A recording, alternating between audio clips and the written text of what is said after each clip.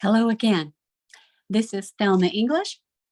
We are in American Lit, session 15.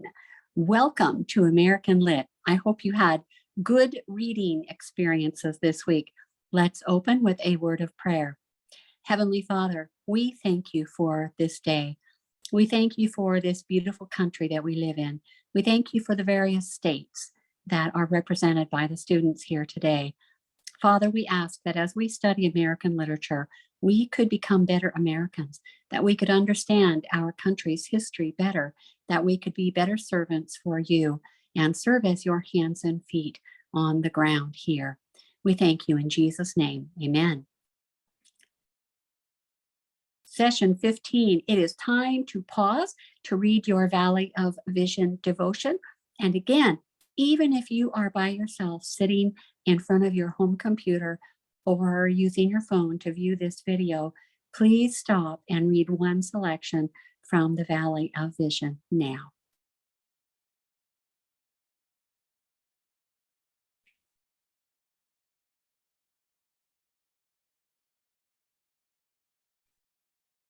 Okay, we are back. I gotta love that Valley of Vision, one of my favorite books. I keep buying the little leather copies and then I give it away. Someone will lose a grandma or a brother or mother or something like that. And I think, what do I have on my shelf that I can give? And then I lose my copy again. All right, our schedule review. We're going to be reading in Frederick Douglass's narrative. You were instructed last week to bring that with you. If you have not gotten into the habit of bringing your book with you, bring your book with you. You need that. Going to be, we'll either do our second quarter exam in class. If your teacher gave it to you last week, then you are turning that in today and you should get it out now and turn it in before you forget.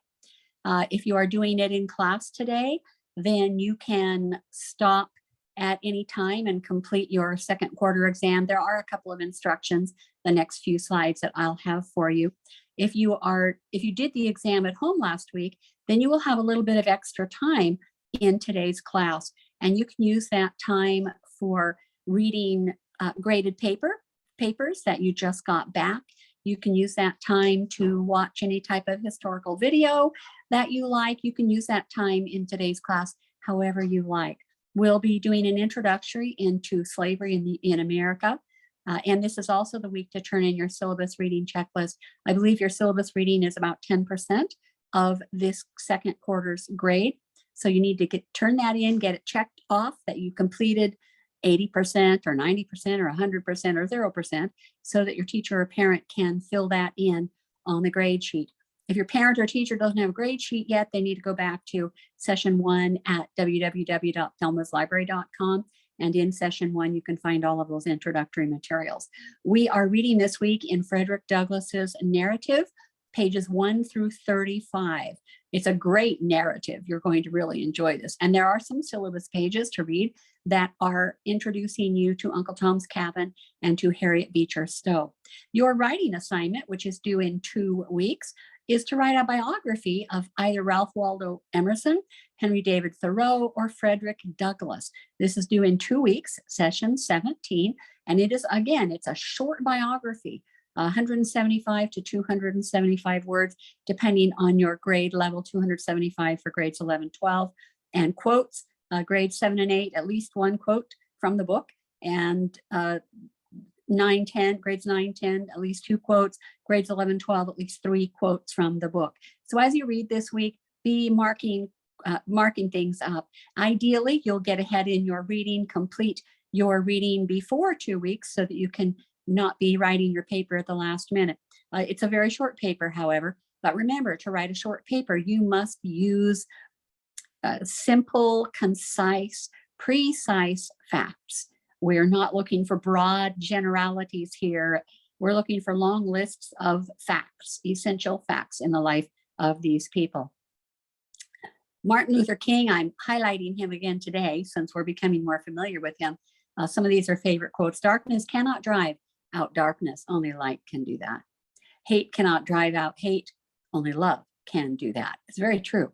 We must learn to live together as brothers, or we will perish together as fools. All right, let's take a look at some of our papers. If you got your graded papers back today from Puritan to Romantic, and your teacher or parent has highlighted some of the sections in your paper, highlighted or marked with pen or something, look through your paper. If there's anything highlighted, then this is your chance to go around the room and have each of you share something from your paper.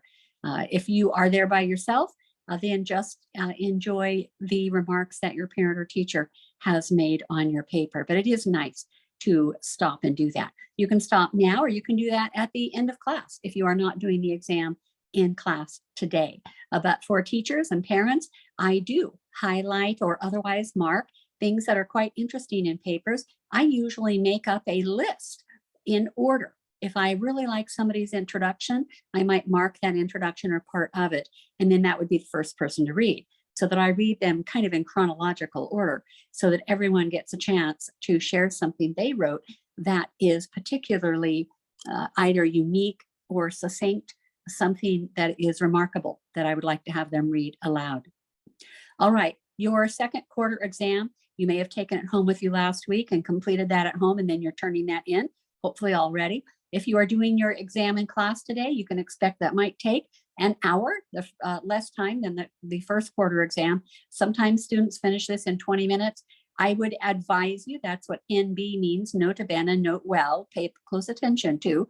If it says choose two in parentheses, it means choose two. If there are 6 answers, choose 2. 4 in brackets means that's the point value. That question is worth 4 points out of 100. There are 2 columns on pages and answers, so don't miss the right-hand column.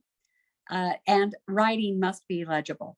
Review all of your answers. Don't think, oh great, I finished in 15 minutes, I am a winner.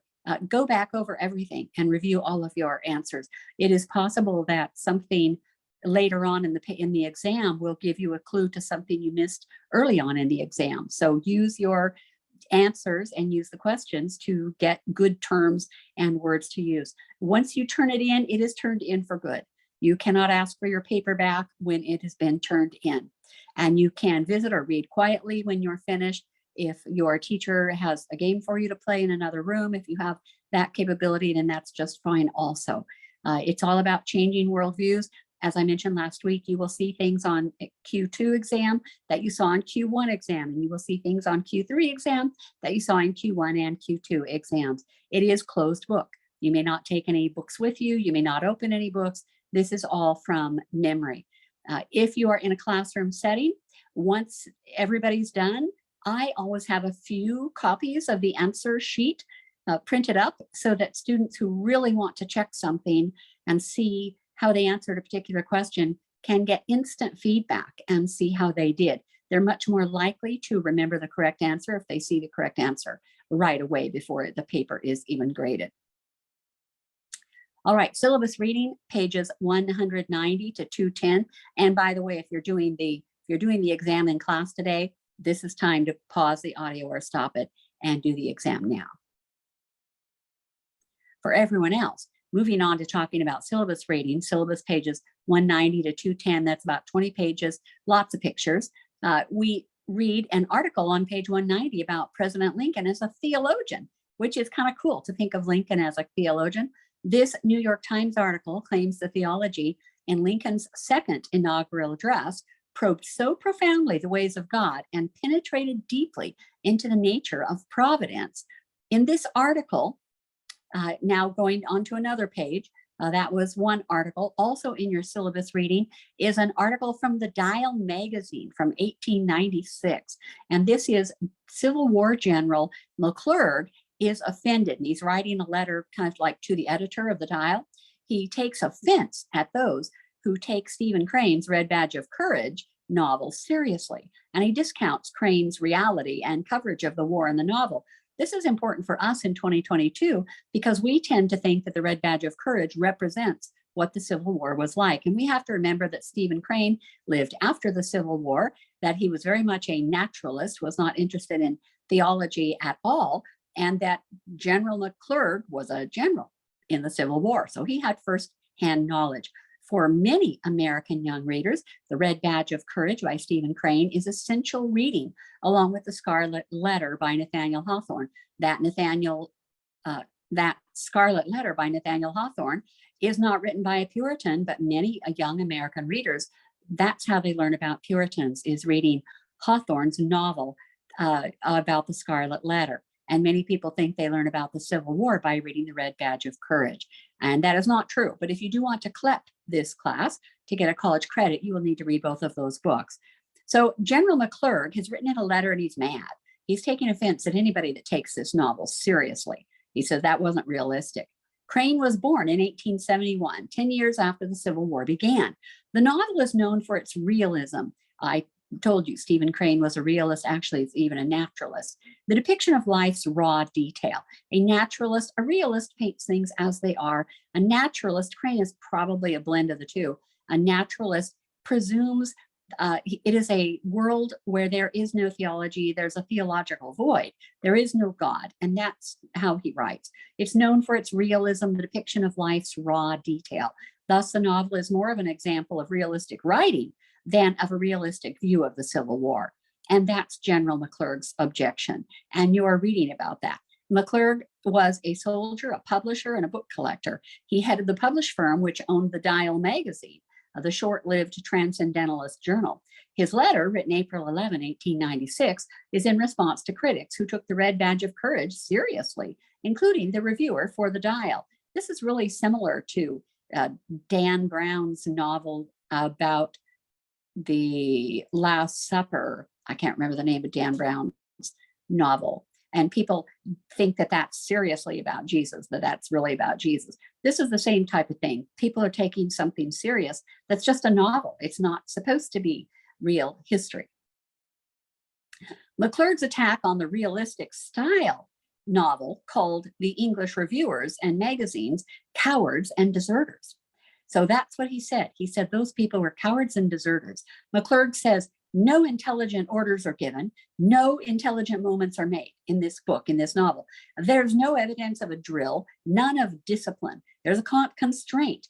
There's a constant senseless and profane babbling going on, such as one could hear nowhere but in a madhouse. Nowhere are seen the quiet, manly, self-respecting, and patriotic men, influenced by the highest sense of duty, who in reality fought our battles, and yet it constantly strains after so-called realism.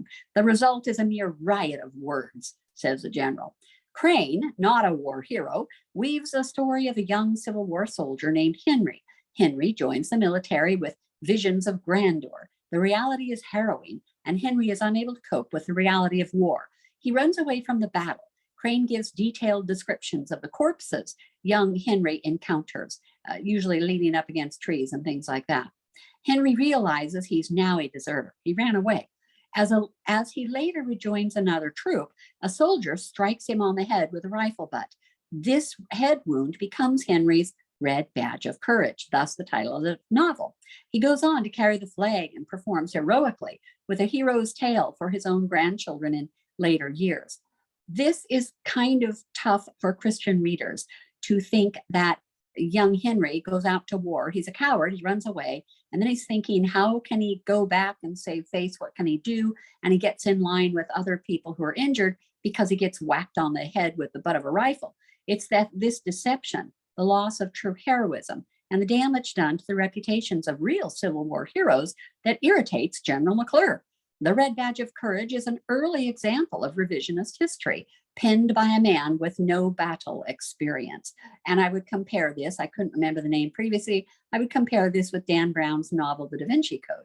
There are people who take it seriously. This is just a novel. This is not a book to read about the Civil War. This is just a novel from a naturalistic perspective. Pages 194 and 95 in your syllabus highlight several anti-slave writers, including William Lloyd Garrison, the publisher of the Liberator. That was an abolitionist paper, began in 1831 when he was only 26 years old. Garrison promoted immediate emancipation of all slaves. He said, we're not going to wait, we're not going to legislate, it needs to happen right now. At first, he joined with those who suggested African recolonization for slaves, but later recanted that position. There are some people, including Harriet Beecher Stowe of Uncle Tom's Cabin fame, there are some people who thought the answer was to send all of the Black people back to Africa so that they could find their families and their tribes and all of that. But the longer that the African Americans were here, the more ridiculous that seemed, because they began having families here and roots here, and they didn't want to go back. Garrison later worked for women's suffrage, the right to vote movement. He failed quickly after his wife's death in 1876, as happens so often. One dies and the other one kind of fails. Garrison died in 1879, surrounded by his 5 children. Flags were flown at half staff around Boston. Frederick Douglass, by then a United States Marshal, spoke at his service in Washington, D.C.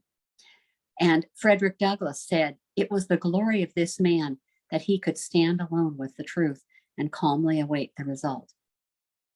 There he was standing almost alone, saying, we've got to free people now. We must free people now. And to stand alone, saying the truth, and to just wait for it to happen. Really an amazing eulogy. These pages highlight Harriet Beecher Stowe, pages 198 to 205, and her famous battle waged against slavery in her best-selling novel, Uncle Tom's Cabin. This again is a novel, but Harriet Beecher Stowe wrote another book later called The Key to Uncle Tom's Cabin. I once had a copy of that, but I've given away, that told who all of the characters really were, their real names and the real places. That could not be published until later because obviously that was putting people in danger. But all of her characters do come from real people or combined real people. All of the incidents really happened to real people. You have the statistics of the novel as a bestseller and its influence on those in both the North and the South. And a famous quote, which is really cool, you'll read this week. "So you were the little woman who wrote the book that made this great war." Some people don't believe that's literally true. Some people think it's legendary. Some people think it's real. That was supposedly Lincoln's greeting to Harriet Beecher Stowe when he met her 10 years after her book, Uncle Tom's Cabin, was published. Although he may have been exaggerating a bit, few novels in American history have grabbed the public spotlight and caused as great an uproar as Uncle Tom's Cabin. Think about it. Even today, people are afraid to read it. People think that a dark-skinned person, especially African-American, someone who is polite to white people or not angry, they call him Uncle Tom. And they think that's calling him an Uncle Tom, that's a slam instead of a compliment, that it's a slam. That means that they bow down to white people. Whatever the white people want, that's what you do. You're an Uncle Tom. And those are the people who have never read the book. In the book, that's not true at all. But you also have to be a Christian to understand the value of this book. Uncle Tom, in this book, Uncle Tom's Cabin, is a literary Christ type. That means he's similar to Jesus. He is all about saving other people, and he is willing to stay in slavery to help others escape. He is willing to take a beating so that someone else will not be beat. He's willing to take a whipping so that someone else will not be whipped. That's not subservient. That would be a Christ type. He is taking on the pain and the suffering and the anger on himself to spare other people who cannot bear up, either physically or spiritually. And so he is continually sacrificing himself in this book. So few books have done what her book did. It sold 50,000 copies in 8 weeks. That's a lot of books. Mrs. Stowe took a Puritan-like stance against slavery. These pages highlight slavery in America. No one knows how many slaves were shipped from Africa aboard slave vessels. There were very few records kept, but estimates range as high as 24 million. You have images of slave ships and a slave auction house in your reading this week. The point is to help you vicariously experience Frederick Douglass's narrative. Pictures of slaves and slaves going down into slave ships. On the left here are slaves picking cotton. And then after the Civil War, they were picking cotton and getting paid for it. Still backbreaking work until the cotton gin was invented. Picking cotton by hand is, I think it's worse than picking strawberries if you've ever picked strawberries. Books allow us to vicariously experience the past. This is an image of how to pack a slave ship. And you can see, if you look up close, you can see that in the bottom level, slaves are packed shoulder to shoulder, all in irons, left in their own squalor, very little food, water. Sometimes they would lose 10%, 20%, 30% of their human cargo. Slave ships were merciless, basically treating people like cattle. But they do allow us to vicariously experience the past. And the idea of a slave auction, of a mother who is tearful and ready to slit the throat of her daughter before allowing her daughter to be sold on a slave block. These are the things that slave mothers and slave fathers and parents had to go through. Most families were separated very young so that they could not rise up and try and run away together. They were kept separate, and children were separated from mothers. Some were used almost like animal breeders, like you would breed a dog or breed a horse or breed cows. Slaves were bred in that way. There were all types of intimidating and demeaning and debasing tactics that were used on slaves to keep them so repressed that they would just obey and work. The image on the left is slaves, and you can see that some of these slaves are nearly white. And it is true. Many of the masters took advantage of young slave girls and bore children by them. So then you have a child who's half white, half black. And then if you have a child by one of those girls, you have a child who is 3/4 white. You have children who are basically white.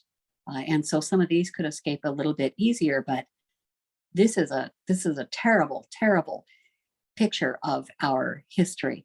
And of course, the device on the right is things that you would do to keep a slave from running away, things, something they couldn't get out of.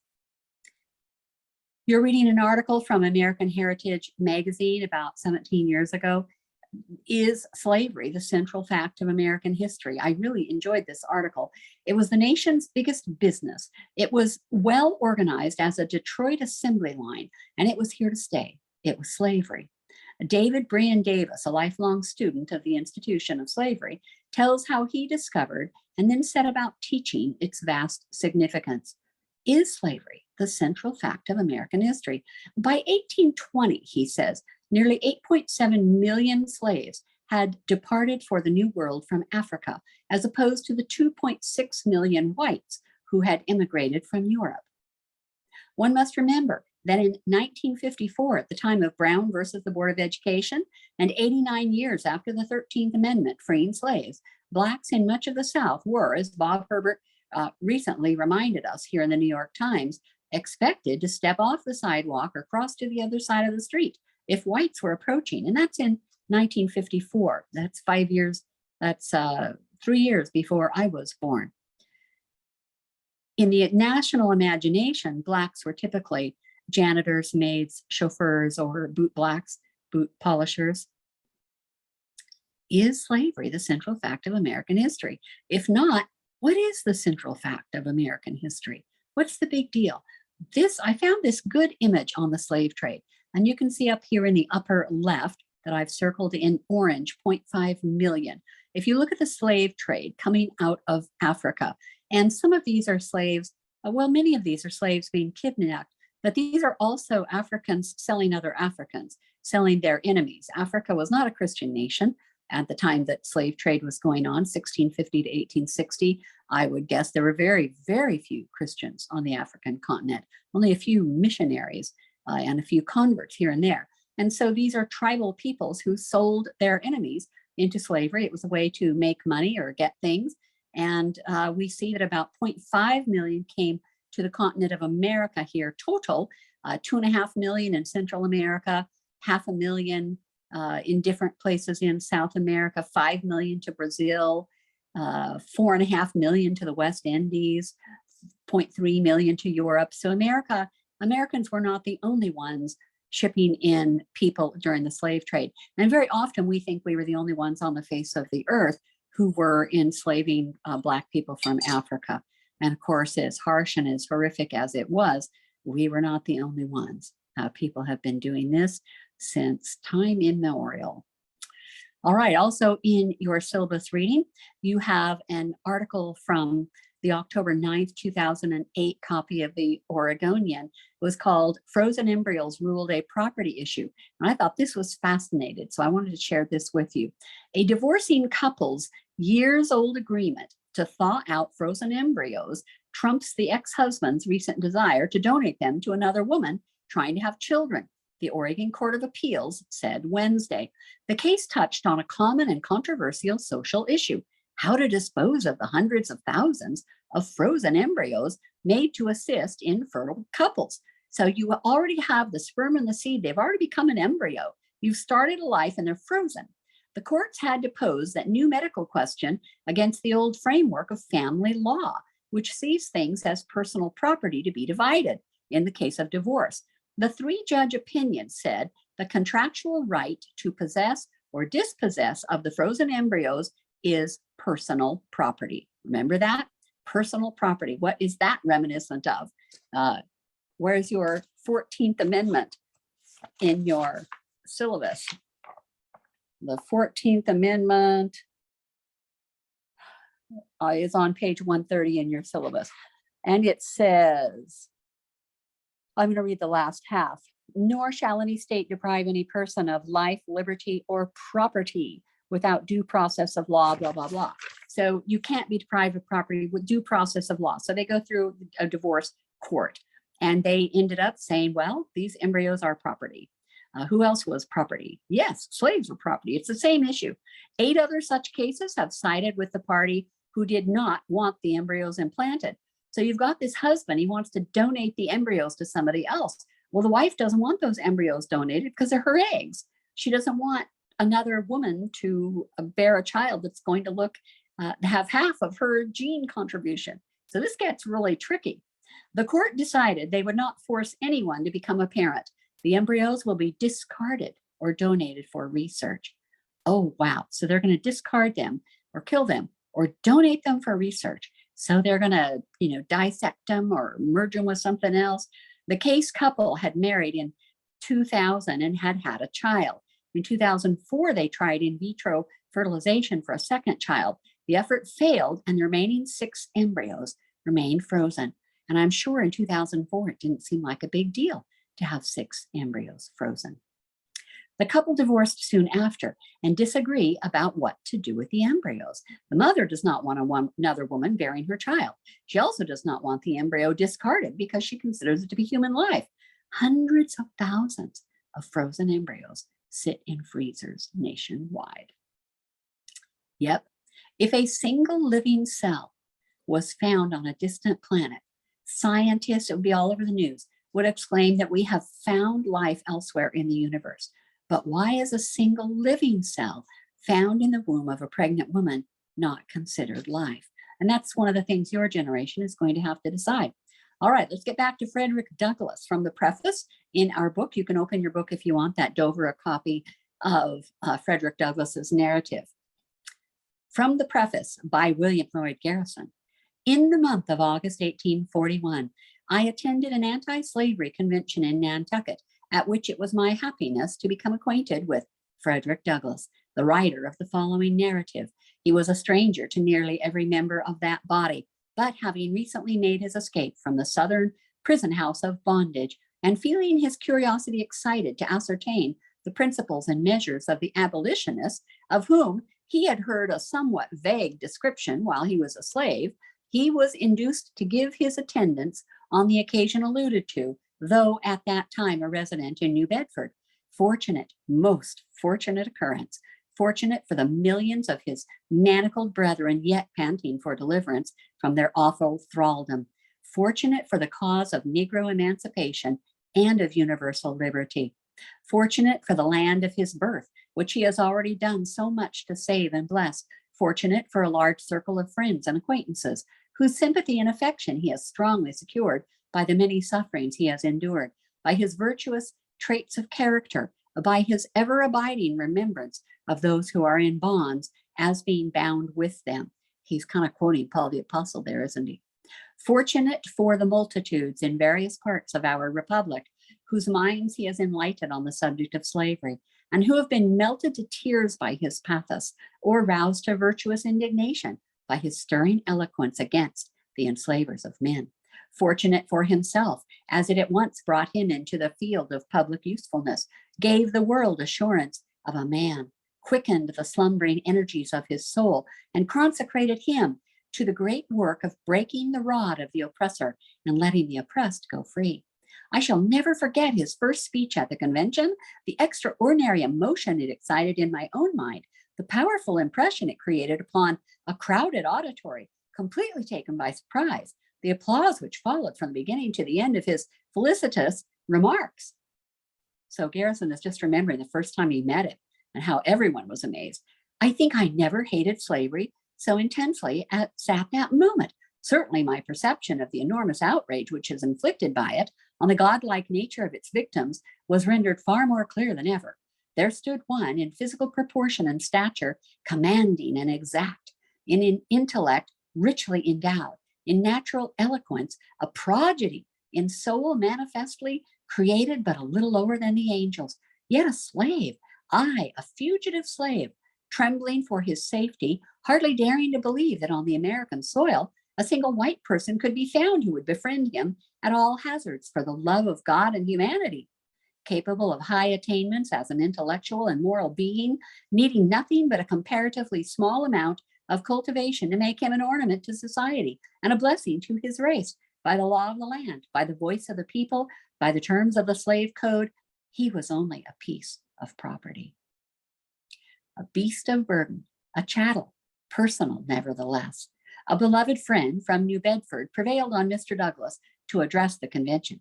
He came forward to the platform with a hesitancy and embarrassment, necessarily the attendance of a sensitive mind in such a novel position. You know, a black man going to speak to a bunch of white people when slavery is still legal. After apologizing for his ignorance and reminding the audience that slavery was a poor school for the human intellect and heart, he proceeded to narrate some of the facts in his own history as a slave, and in the course of his speech gave utterance to many noble thoughts and thrilling reflections.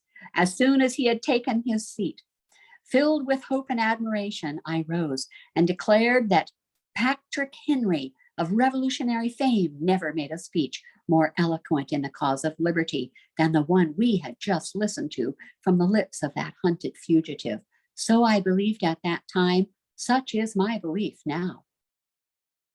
I reminded the audience of the peril which surrounded this self-emancipated young man at the North, even in Massachusetts, on the soil of the Pilgrim Fathers, among the descendants of revolutionary sires, and I appealed to them whether they would ever allow him to be carried back into slavery, law or no law, constitution or no constitution. Their response was unanimous and in thunder tones, no. Will you succor and protect him as a brother, man, a resident of the old Bay State? Yes, shouted the whole mass with an energy so startling that the ruthless tyrants south of Mason and Dixie's line might almost have heard the mighty burst of feeling and recognized it as the pledge of an invincible determination on the part of those who gave it, never to betray him that wanders, but to hide the outcast and firmly to abide the consequences. It was at once deeply impressed upon my mind that if Mr. Douglass could be persuaded to consecrate his time and talents to the promotion of an anti-slavery enterprise, a powerful impetus would be given to it and a stunning blow at the same time inflicted on Northern prejudice against a colored complexion, against people with dark skin. I therefore endeavored to instill hope and courage into his mind in order that he might dare to engage in a vocation so anomalous and responsible for a person in his situation. And I was seconded in this effort by warm-hearted friends, especially by the late general agent of the Massachusetts Anti-Slavery Society, Mr. John A. Collins, whose judgment in this instance entirely coincided with my own. At first, he could give no encouragement. With unfeigned diffidence, he expressed his conviction that he was not adequate to the performance of so great a task. The path marked out was wholly an untrodden one. He was sincerely apprehensive that he should do more harm than good. After much deliberation, however, he consented to make a trial, and ever since that period, he has acted as a lecturing agent under the auspices either of the American or the Massachusetts Anti-Slave Society. In labors, he has been most abundant, and his success in combating prejudice, in gaining proselytes, in agitating the public mind has far surpassed the most sanguine expectations that were raised at the commencement of his brilliant career. He has borne himself with gentleness and meekness, yet with true manliness of character. As a public speaker, he excels in pathos, wit, comparison, imitation, strength of reasoning, and fluency of language. There is in him that union of head and heart, which is indispensable to an enlightenment of the heads and winning of the hearts of others. May his strength continue to be equal to his day. May he continue to grow in peace and in the knowledge of God, that he may be increasingly serviceable in the cause of bleeding humanity, whether at home or abroad. It is certainly a very remarkable fact that one of the most efficient advocates of the slave population now before the public is a fugitive slave, in the person of Frederick Douglass, and that the free colored population of the United States are as ably represented by one of their own number, in the person of Charles Lennox Remond, whose eloquent appeals have extorted the highest applause of multitudes on both sides of the Atlantic. Let the calumniators of the colored race despise themselves for their baseness and liberality of spirit, and henceforth cease to talk of the natural inferiority of those who require nothing but time and opportunity to attain to the highest point of human excellence. So he's talking about people who are degrading slaves and calling them stupid and ignorant and all of that. Well, they are ignorant. And he says all they need is time and opportunity, and they'll be just like anybody else. It may perhaps be fairly questioned whether any other portion of the population of the earth could have endured the privations, sufferings, and horrors of slavery without having become more degraded in the scale of humanity than the slaves of African descent. Nothing has been left undone to cripple their intellects, darken their minds, debase their moral nature, obliterate all traces of their relationships to mankind, which are their families, and yet how wonderfully they have sustained the mighty load of a most frightful bondage under which they have been groaning for centuries. To illustrate the effect of slavery on the white man, to show that he has no powers of endurance in such a condition, superior to those of his Black brothers, Daniel O'Connell, the distinguished advocate of universal emancipation and the mightiest champion of prostrate but not conquered Ireland, relates the following anecdote in a speech delivered by him in the Conciliation Hall, Dublin. So this guy tells his speech before the Loyal National Repeal Association in 1845. No matter, said Mr. McConnell, under what specious term it may disguise itself, slavery is still hideous. It has a natural and inevitable tendency to brutalize every noble faculty of man. An American sailor who was cast away on the shore of Africa, where he was kept in slavery for 3 years, was, at the expiration of that period, found to be imbruted and stupefied. He had lost all reasoning power, and having forgotten his native language, could only utter some savage gibberish between Arabic and English, which nobody could understand, and which even he himself found difficulty in pronouncing. So much for the humanizing influence of the domestic institution. And the domestic institution is another word for slavery. The Southerners often called it their peculiar institution, the domestic institution. Admitting this to have been an extraordinary case of mental deterioration, it proves at least that the white slave can sink as low in the scale of humanity as the Black one. So the idea is that slavery ruins people. Mr. Douglass has very properly chosen to write his own narrative in his own style and according to the best of his ability, rather than to employ someone else. It is therefore entirely his own production. And considering how long and dark was the career he had to run as a slave, how few have been his opportunities to improve his mind since he broke his iron fetters. It is, in my judgment, highly creditable to his head and heart. So it's really amazing that in the short time he's been free, that he's been able to learn so much, to write so well and speak so well.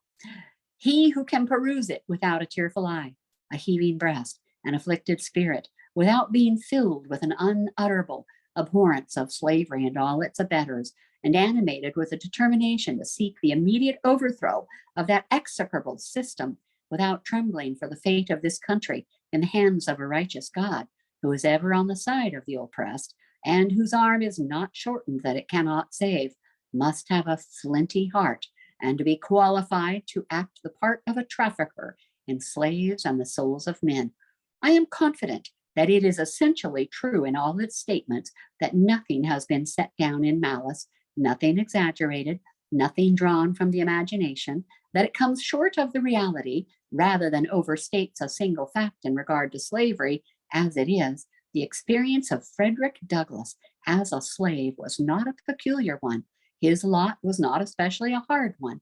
His case may be regarded as a very fair specimen of the treatment of slaves in Maryland, in which state it is conceded that they are better fed and less cruelly treated than in Georgia, Alabama, or Louisiana. Many have suffered incomparably more, while very few on the plantations have suffered less than himself. Yet how deplorable was his situation! What terrible chastisements were inflicted upon his person! What still more shocking outrages were perpetrated upon his mind!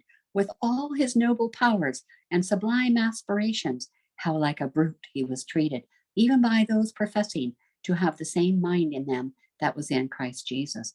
To what dreadful liabilities was he continually subjected? How destitute of friendly counsel and aid, even in his greatest extremities! How heavy was the midnight of woe, which shrouded in blackness the last ray of hope and filled the future with terror and gloom! What longings after freedom took possession of his breast, and how his misery augmented in proportion as he grew reflective and intelligent, thus demonstrating that a happy slave is an extinct man. So the only happy slave is somebody who's already died. How he thought, reasoned, felt under the lash of the driver, with the chains upon his limbs, what perils he encountered in his endeavors to escape from his horrible doom, and how signal have been his deliverance and preservation in the midst of a nation of pitiless enemies. Okay, we're reading this week. You're reading about half of the Dover edition of Frederick Douglass's narrative, pages 1 through 35. There will be a reading quiz next week over half of that. I do encourage you to read a little further so that you can start thinking about your paper, which is due in 2 weeks. And rather than stopping on a solemn note, I have something fun for you. There's a journal from Summit Ministries in Colorado Springs, Colorado, and it's called Summit Ministries. It's a worldview ministry, and they put out a little newsletter that they send. I suppose it's all email now. It used to be paper in 1997. Both of our sons went through the Summit 2-week worldview camp, and both of our granddaughters have also done that at this time. I highly recommend Summit Worldview Camp. It's a 2-week camp, and it's easy to find online. Look it up. But they published this in one of their little newsletters, and I kept it because this is my opinion of television. And of course, this is a satire, but I really enjoy it. TV is my shepherd. I shall not want. It makes me lie down on the sofa. It leads me away from the scriptures. It destroys my soul. It leads me into the paths of sex and violence for the sponsor's sake. Yea, though I walk through the shadow of my Christian responsibility, there will be no interruption, for the TV is with me. Its cable and remote control comfort me. It prepares a commercial before me in the presence of my worldliness. It anoints my head with humanism. My coverage runneth over. Surely laziness and ignorance shall follow me all the days of my life, and I will dwell in the house watching TV forever. That was satirical in 1997, and I believe it still applies today. Okay, the Lord bless you, and I will see you next week.